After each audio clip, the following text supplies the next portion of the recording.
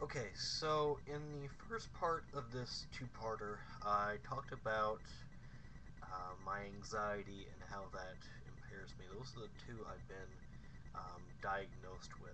The one I haven't been diagnosed with, that I haven't sought any treatment um, or professional opinion on, but at the same time, I'm fairly certain I know what it is.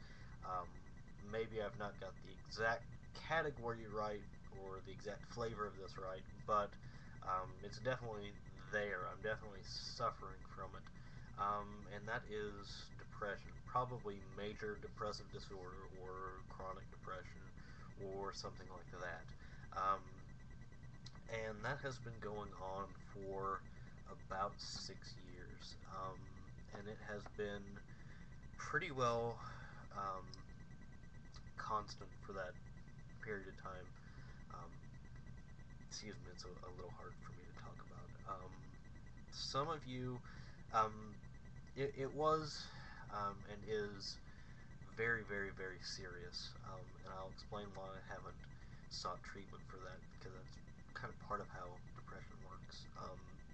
Some of you who are my friends already know how serious it got. The rest of you, um, I won't go into the whole story, but I'm assuming that from context and the way I'm talking about it, you can kind of gauge um, exactly how far I sank and how serious it was. But that has been going on for about 6 years. It's not anything external, and what I mean from that is it's not based on anyone's feelings towards me or anything that's happened. Certain things have definitely made it worse, but it's all mostly internalized feelings of very, very deep shame, self-loathing, self-hatred. Um, a little of that is because of past actions that I again won't go into, and I rarely go into, but basically just a feeling of self-loathing and pretty much for the past 6 years, I've hated myself, everything I've stood for. I've hated looking at myself in the mirror. I've hated being in my skin. Um, I just really, I don't like myself. It doesn't matter what I do or what I achieve. It's either not good enough or I will find some way of turning it into a negative.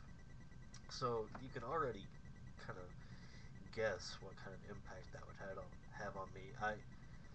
I don't want to say that was what was responsible for me breaking up with my girlfriend of 6 years.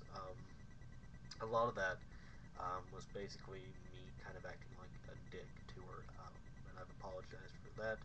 I don't think she's watching, but if she is, I'll apologize again here now. But a lot of that was based out of my depression. I basically sat around like a lump and treated her and other people not as good as I should have, basically because I was too focused on how much I hated me. Um, and it was just kind of more, I'm not sure if it'd be positive or negative reinforcement, depending on the context you're using it for. But it was more reinforcement for basically me being an irredeemable person. Um, so basically, on a day-to-day basis, one, it's hard for me to get out of bed.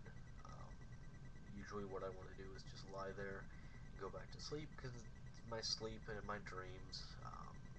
It doesn't seem to affect me. I can kind of get away from it. Um, Once I get out of bed, I'm usually not inclined to doing much of anything, which makes it hard for me to work. Um, Although I managed to do it because I need the money. And basically, if I didn't work, and I know this from experience because it took me a year to get a full-time job, that gives me more time to focus on these negative feelings. It reinforces everything again. So I very, very much need to get out of bed. I need to work. That actually does help a little bit. Um, Two, I've lost any passion for anything I used to really love. Um, I still, it's not exactly passion that I go through, but I love soccer. You'll probably hear me talk about it more You'll probably hear me refer to it as football because that's what some of my European friends call it.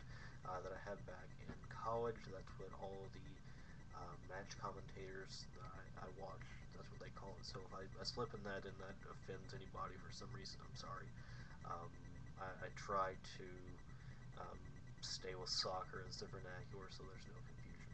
But basically, a lot of times I don't get enjoyment out of it necessarily, but I follow it because I do on some level enjoy it, and two, I kind of feel like I need to have a hobby of some sort. But mostly, any hobbies I had have kind of fallen by the wayside. I find it hard to do things, do new things, learn new things. And basically, I'm just in a funk. It's hard for me to do anything. One passion I did not lose was my passion for eating and cooking. So that combined with comfort eating and my anxiety, um, so I get comfort eating on both sides of that. It makes it really hard for me to lose weight. It makes it hard for me to stop smoking. It makes it hard for me to get out and exercise. It makes it hard for me to achieve goals um, because basically I set myself up for failure. I reinforce that um, through hating myself. And so it makes it very hard to achieve anything. I'm still trying. I'm still struggling through it. I am taking. I have some problems to go into therapy because the real bitch about depression is you start to feel like you don't deserve things, and part of that is not feeling like you deserve to get better or to help yourself. So that's kind of another aspect of it. I am right now. I'm taking fish oil and 5-HTP and a multivitamin, and that seems to be helping a little bit. It's not gotten rid of it, but it has kind of dulled the edge of it a little bit. I do actually probably need to go to therapy.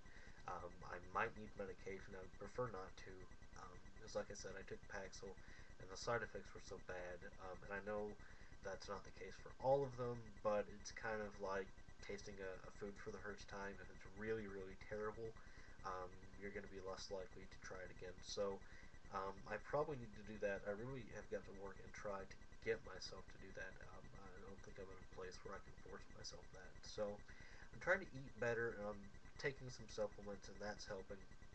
Before I was self-medicated, I had a really, really bad drinking problem for a while. Kind of maybe not alcoholism per se, but certainly leading down that road to the point where I was putting away um, a pretty good sized container of Mogan David 4040 and a 40 ounce of malt liquor.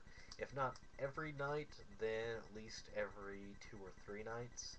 And the hangovers were bad, and I just generally felt like shit. I cannot have painkillers or muscle relaxers around me because even now, even though I'm feeling a little better, if it's around me and I take one or two, I will end up taking probably 12 to 20 in a single kind of setting, which is not healthy. It's basically a way for me to blot out everything. Um, and that's not healthy, but I did kind of self-medicate that way for a while.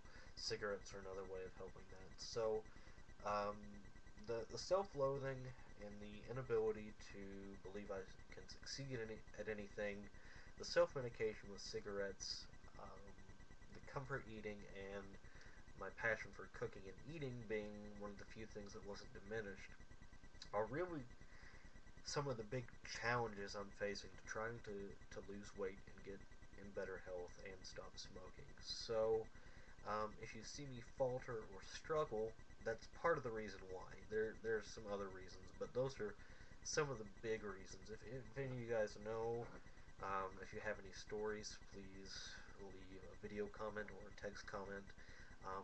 And basically, I just hope this helps somebody.